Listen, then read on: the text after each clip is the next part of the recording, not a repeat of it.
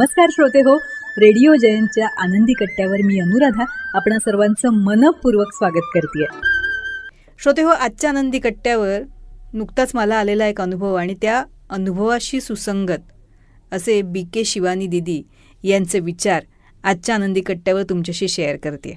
बाजारात जाण्यासाठी 2 व्हीलर काढली, मुलीला पाठीमागे बसवलं आणि आम्ही दोघीही 2 व्हीलरवरून बाजारात जायला निघालो. रस्त्यामध्ये ट्रॅफिक होतीच, त्यातच रॉंग साईडनी येणारे सुद्धा वाहन चालक होतेच. तर या सगळ्यांना चुकवत सुरक्षित 2 व्हीलर चालवत मी सिग्नलपाशी आले. लाल दिवा सुरू असल्यानं मी झेब्रा क्रॉसिंगच्या मागे उभी राहिले. माझ्या पुढे अनेक वाहनं उभी होती, झेब्रा क्रॉसिंगच्याही पुढे.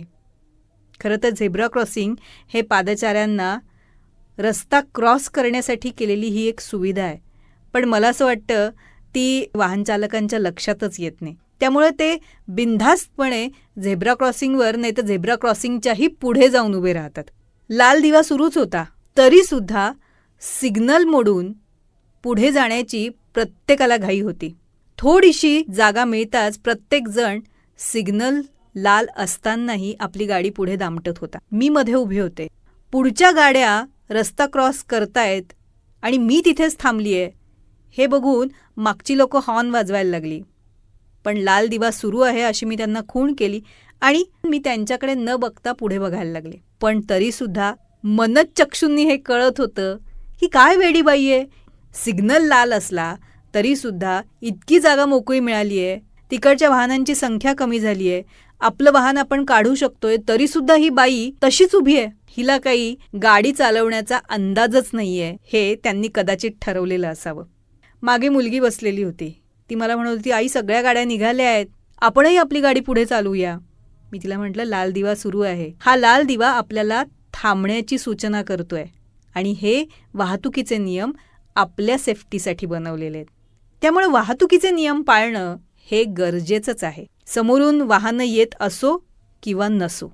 सिग्नलचा दिवा हिरवा झाल्यानंतरच मी माझी गाडी पुढे काढली आणि गर्दीतून बाजारातून खरेदी करून घरी आले.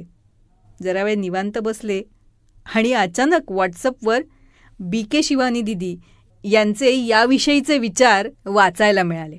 ते विचार असे होते की सुरुवातीला लोक मजा उडवतील, मागून हॉर्न वाजवतील, आपल्याकडे बघत बघत जातील, म्हणतील काय प्रॉब्लेम आहे. कारण त्यांच्या दृष्टिकोनातून रिकाम्या रस्त्यावर रेड सिग्नलवर थांबणं म्हणजे वेडेपणा आहे. अशा प्रकारचे लोक आपल्याला आपण चुकीचे आहोत असं वाटायला भाग पाडतात. पण काही सेकंद थांबणं, काळजी घेणं आणि हे सगळं प्रेशर सहन करणं, जो त्यावेळेस निश्चयाला पक्का राहील त्याची मनःशक्ती वाढेल. कारण तो व्यक्ती लोकांच्या या उपहासाला आणि चुकीच्या वागण्याला बळी पडलेला नसतो. आणि सगळ्यात महत्त्वाचं म्हणजे आपल्या मागे अजून 2 लोकं थांबतील, त्यांच्या मागे अजून 2 थांबतील. कारण संस्कारांचं नेतृत्व करणं आपल्यामध्ये आपण विकसित करण्याची गरज आहे. जोपर्यंत आपण आपल्यात हे विकसित करत नाही ना, तोपर्यंत आपल्या मुलांमध्ये सुद्धा हे विकसित करण्याची शक्ती येणार नाही. श्रोते हो, हे विचार मी वाचले आणि मनोमन मी मला शाबासकी दिली. त्या क्षणी मी तिथल्या सिग्नलवर असलेल्या वाहन चालकांच्या उपहासाला मी बळी पडले नाही आणि माझ्याच मागे बसलेल्या माझ्या मुलीला मी वाहतुकीचे नियम पाळण्याचा एक संस्कार रुजवला याचं मला अत्यंत समाधान वाटलं. श्रोते हो, कोणी नियम मोडतायत म्हणून आपण नियम मोडले पाहिजेत असं अजिबातच नाही. उलट कोणी नियम मोडत असेल तर आपण ते नियम पाळून इतरांनाही त्या नियमांची सवय लावणं हे आपलं एक सुजाण नागरिक म्हणून कर्तव्य आहे असंच मी म्हणेन. आणि त्याबरोबरच पुढच्या पिढीला सुसंस्कार देण्याची जबाबदारीही. तेव्हा या छोट्या छोट्या गोष्टीतून आपण स्वतः आणि आपल्या पुढच्या पिढीला सुजाण नागरिकत्वाचे धडे द्यायला हरकत नाही, हो ना? तर श्रोते हो, आजचा हा विचार तुम्हाला कसा वाटला याविषयी आम्हाला आपल्या प्रतिक्रिया जरूर कळवा. त्याचबरोबर रेडिओ जयंतनं चतुरस्त्र हा पॉडकास्ट सुरू केलेला आहे आणि या पॉडकास्टमध्ये प्राध्यापक, लेखक, कवी, नाटककार श्री रमेश कोटस्थाने यांच्याशी साधलेला दिलखुलास संवाद आपण बघणार आहात. या संवादाचे दोन्ही भाग आपण आपल्या चॅनलवर अपलोड केलेले आहेत, तेव्हा हे दोन्ही भाग जरूर बघा. ते तुम्हाला कसे वाटले याविषयीच्या प्रतिक्रिया नक्कीच आमच्या कमेंट बॉक्समध्ये लिहा. त्याचबरोबर श्री रमेश कोटस्थाने लिखित खुळा पाऊस या पुस्तकाचं अभिवाचनही रेडिओ जयंतवर उपलब्ध आहे.